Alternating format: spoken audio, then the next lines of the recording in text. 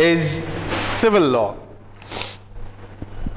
Civil law basically is a law which determines the rights and duties of parties while dealing with each other. اور اس کے علاوہ جہاں پہ rights اور ڈیوٹیز ہیں پارٹیز کی سول لاء کے انڈر کور ہوں گی.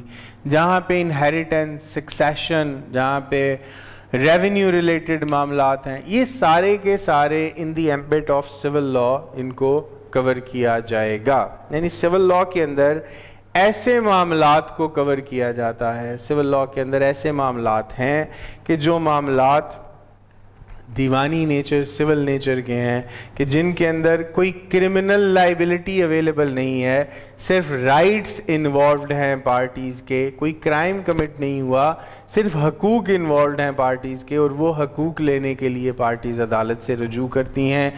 یعنی اگر کوئی کانٹریکٹ بیسڈ معاملہ ہے that is a civil law, revenue based معاملہ ہے سول لاء, پراپرٹی بیسڈ معاملہ ہے, پراپرٹی سے ریلیٹڈ معاملہ ہے, پراپرٹی واپس لینی ہے, پراپرٹی دینی ہے, یہ ساری نیچر جو ہے یہ سول لاء کے ایمبٹ کے انڈر فال کرتی ہے. Next kind which we have از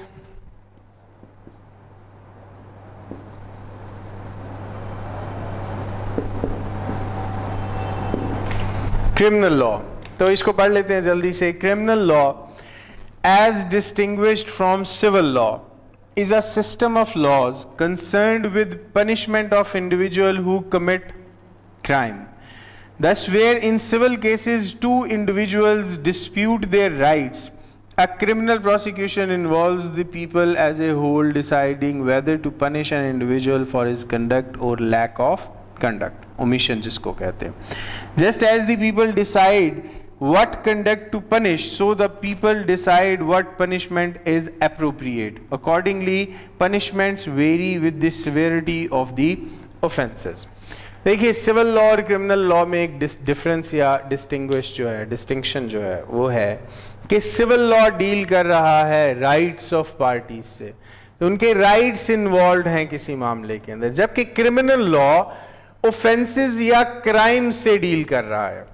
اور کرمنل لاء ایسی نیچر کا لاء ہے کہ جس کے اندر کرائمز بتا دیے گئے کہ یہ کرائم ہے جو اس سوسائٹی کی نظر میں کرائم ہے. میں نے پہلے لیکچر میں نیچر آف لاء پڑھاتے ہوئے آپ کو ایک بات سمجھائی تھی کہ سوسائٹی کی سٹڈی لاء کی سٹڈی کے لیے ضروری ہے. شاید ایک چیز ہماری سوسائٹی میں کرائم ہو اور ویسٹرن سوسائٹی کے اندر اس کو کرائم نہ سمجھا جائے, شاید ایک چیز ویسٹرن سوسائٹی میں کرائم تصور ہو اور ہماری سوسائٹی کے اندر, ایشین سوسائٹیز کے اندر اس کو کرائم نہ سمجھا جائے. تو کرمنل لاء ایسا لاء ہے کہ جس کے اندر کوئی کرائم کمٹ ہو رہا ہے اگینسٹ سوسائٹی اور یا اگینسٹ اسٹیٹ, اس کرائم کے اوپر جو پنشمنٹس ہیں وہ بھی پرسکرائبڈ بائی سوسائٹی ہیں کہ اگر یہ جرم ہوگا تو اس کے لیے یہ سزا دی جانی چاہیے. یہ جو پرنسپل ہے یہ پرنسپل بھی سوسائٹی نے ہی پرسکرائب کر دیا گیا ہے, اور وہ جو لمٹ ہے سزا کی وہ بھی سوسائٹی ہی پرسکرائب کرتی ہے. اور according to the nature of crime اور according to the severity of the crime وہ جو پنشمنٹ ہے وہ پنشمنٹ بدلتی رہتی ہے. شاید ایک کرائم کے لیے ایسا نہیں ہے کہ یونیفارم پروسیس ہے, سرٹن ہے کہ جس نے جرم کر دیا, جو جرم کی ڈیفینیشن میں فال کر گیا اس کو 10 سال سزا دے دیں, ایسا نہیں ہے. نیچر آف کرائم کے لحاظ سے سزاؤں کا تعین کیا جا سکتا ہے. اب نیچر آف کرائم کے لحاظ سے جب سزاؤں کا تعین کیا جائے گا تو وہ تعین بھی سوسائٹی کرے گی, یا ماڈرن سوسائٹیز کے اندر وہ تعین بھی اسٹیٹ کرے گی, تھرو لیجسلیچر کرے گی. شاید ایک جرم کی سزا 3 سال ہو, شاید دوسرے جرم کی سزا اس کی سیویرٹی کے لحاظ سے اس سے زیادہ ہو. جبکہ اس کے برعکس سول لاء کے اندر ہم نے کہا کہ وہاں پہ صرف اور صرف انوالومنٹ ہے, انوالومنٹ آف رائٹس کی, کہ وہاں پہ جو ڈسپیوٹ ہے وہ ڈسپیوٹ جرم کا نہیں ہے, کسی کے ساتھ کوئی کرائم کمٹ نہیں ہوا, وہ ڈسپیوٹ ہے ریگارڈنگ رائٹس کہ میرا حق تھا اس چیز کے اوپر جو مجھے نہیں دیا گیا. تو وہاں پہ نیچر آف ڈسپیوٹ کیا ہے؟ Dispute regarding right. اور یہاں پہ nature of dispute criminal law کے اندر ڈسپیوٹ ہے regarding some crime which is committed against the society. اور کرائم کے لیے بھی ایک چیز جو یاد رکھنی ہے ہم نے کہ کرائم بیسیکلی کنسیڈر کیا جاتا ہے, کمٹ تو شاید کسی انڈیویجول کے اگینسٹ ہو, لیکن اس کو کنسیڈر کیا جاتا ہے کہ it is committed against the whole state اور سوسائٹی. وہ کسی انڈیویجول کے اگینسٹ صرف نہیں تصور کر لیا جاتا. تو this is basic sense of criminal اور سول لا. جی تو یہ ہمارا کمپلیٹ ٹاپک ہے کلاسیفیکیشن آف لا کا, جس کے اندر ہم نے ٹوٹل 8 کیٹیگریز اس کے اندر ڈسکس کی ہیں, یا 8 کیٹیگریز ہم نے اس کے اندر مینشن کرنی ہیں جو لا کی کلاسیفیکیشن کے اندر ہمارے پاس بیسک کائنڈز موجود ہیں.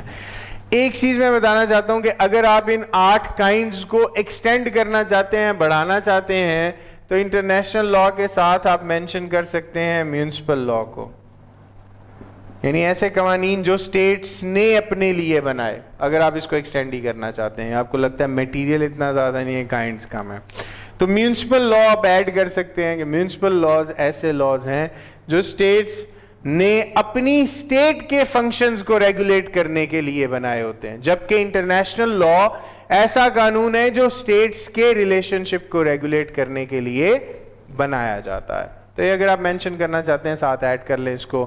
تو کلاسیفیکیشن آف لا کے اندر جو پہلے باتیں ہم نے کی ان سے ہٹ کے جو باتیں ہم نے کی, سب سے پہلے ہم نے کہا کہ امپیریٹو اور پازیٹیو لا. امپیریٹو اور پازیٹیو لا کے حوالے سے ہم نے کہا کہ امپیریٹو یا پازیٹیو لا ایسے جنرل رولز ہیں کہ جن کو اسٹیٹ کی بیکنگ یا سوسائٹی یا کسی اتھارٹی کی بیکنگ جن کے پاس موجود ہوتی ہے, اور وہ اس کو بیک کر رہے ہوتے ہیں اور اس کی انفورسبلٹی کو تھرو کمپلشن یا تھرو فورس میک شور کرتے ہیں کہ ان کو انفورس کرایا جائے. دوسرے نمبر پہ ہم نے کہا جی فزیکل اور سائنٹیفک لاز, اور ان کے حوالے سے ہم نے کہا جیسے لا آف موشن ہے, لا آف گریوٹی ہے, کہ جو سائنٹیفکلی پروو, جو سائنسی لحاظ سے تصدیق شدہ قوانین ہیں, وہ سائنٹیفک لاز کہلاتے ہیں. تھرڈلی ہم نے کہے نیچرل اور مورل لاز, جن کو آپ یونیورسل لاز بھی کہہ سکتے ہیں, کہ جو یونیورس کے اندر اپلیکیبل ہے. نیچرل جسٹس کا کانسیپٹ بھی اس میں آ جاتا ہے, اور بینگ مسلم وہ قوانین جو اللہ تعالیٰ نے پرسکرائب کر دیے, چاہے وہ حدود میں فال کر رہے ہیں, چاہے لا آف نیچر یا لا آف یونیورس کے لیے ہیں. سورج کا مشرق سے طلوع ہونا اور مغرب میں غروب ہونا, دیٹ از اے یونیورسل لا. صبح ہونا, دوپہر ہونا, شام ہونا, رات ہونا, دیٹ از اے یونیورسل لا, کہ اسی مطابق یہ کائنات چلتی رہے گی. اور حدود جیسا کہ میں نے بتایا کہ جس کے اندر اللہ تعالیٰ نے پرسکرائب کر دیا کہ یہ چیزیں جو ہیں یہ حد ہیں, اور ان کو جو کمٹ کرے گا اگر ثابت ہوگا تو یہ سزائیں دی جائیں گی. پھر ہم نے کہا جی کنونشنل لاز. تو کنونشنل لاز ہم نے کہا کہ ایسے قوانین ہیں جو بیس کرتے ہیں ایگریمنٹس کے اوپر, اور اگر کسی شخص نے دوسرے کے ساتھ ایگریمنٹ کیا ہے تو اس کو انفورس کروایا جا سکتا ہے اور اس کی قانونی حیثیت ہوتی ہے.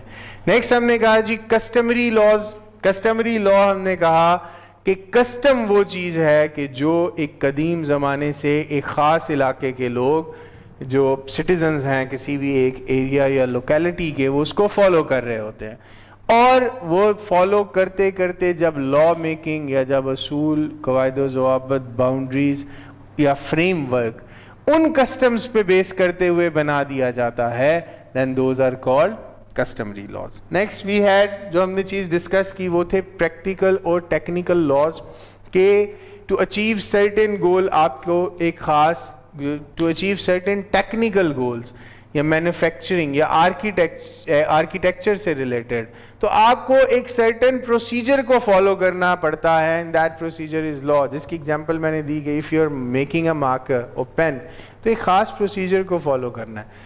وہ جو پروسیجر ہے that is a law for making that marker اور دیٹ پین اور بلڈنگ دیٹ پرٹیکولر ہاؤس, وہ پروسیجر اس کے لیے لا کی حیثیت رکھتا ہے. Next we have international law. اور انٹرنیشنل لا ہم نے کہا کہ ایسا قانون ہے کہ جس کے اندر اسٹیٹس کے ریلیشن شپس کو ریگولیٹ کیا جاتا ہے ان کیس آف وائلیشن، ان معاملات کو انٹرنیشنل کورٹ آف جسٹس میں لے جایا جاتا ہے اور وہاں پہ ڈیل کیا جاتا ہے۔ اس کے ساتھ میں نے آپ کو کہا کہ اگر آپ ایڈ کرنا چاہتے ہیں تو آپ میونسپل لاء کو ایڈ کر سکتے ہیں۔ میونسپل لاء اس لاء یا قانون کو کہتے ہیں کہ جو کسی ایک سٹیٹ نے اپنے سٹیزنز کے لیے بنایا ہوتا ہے، کہ ہماری سٹیٹ کے سٹیزنز کے اوپر یہ لمٹس ہیں، یہ ان کی باؤنڈریز ہیں اور ان باؤنڈریز سے وہ باہر نہیں جا سکتے، ان قواعد و ضوابط کی خلاف ورزی نہیں کر سکتے۔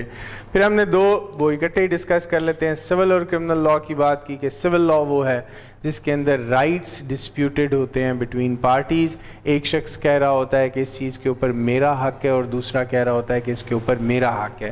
جبکہ کرمنل لاء کے اندر کرائم کمٹ ہوتا ہے کوئی اگینسٹ سوسائٹی، اور کرائم کو بھی فارمولیٹ یا ڈیفائن کیا ہوتا ہے اسی سوسائٹی یا اسٹیٹ نے، اور اس کے اوپر punishment according to its severity وہ بھی ڈیفائنڈ ہوتی ہے بائی دیٹ سوسائٹی اور بائی دیٹ اسٹیٹ۔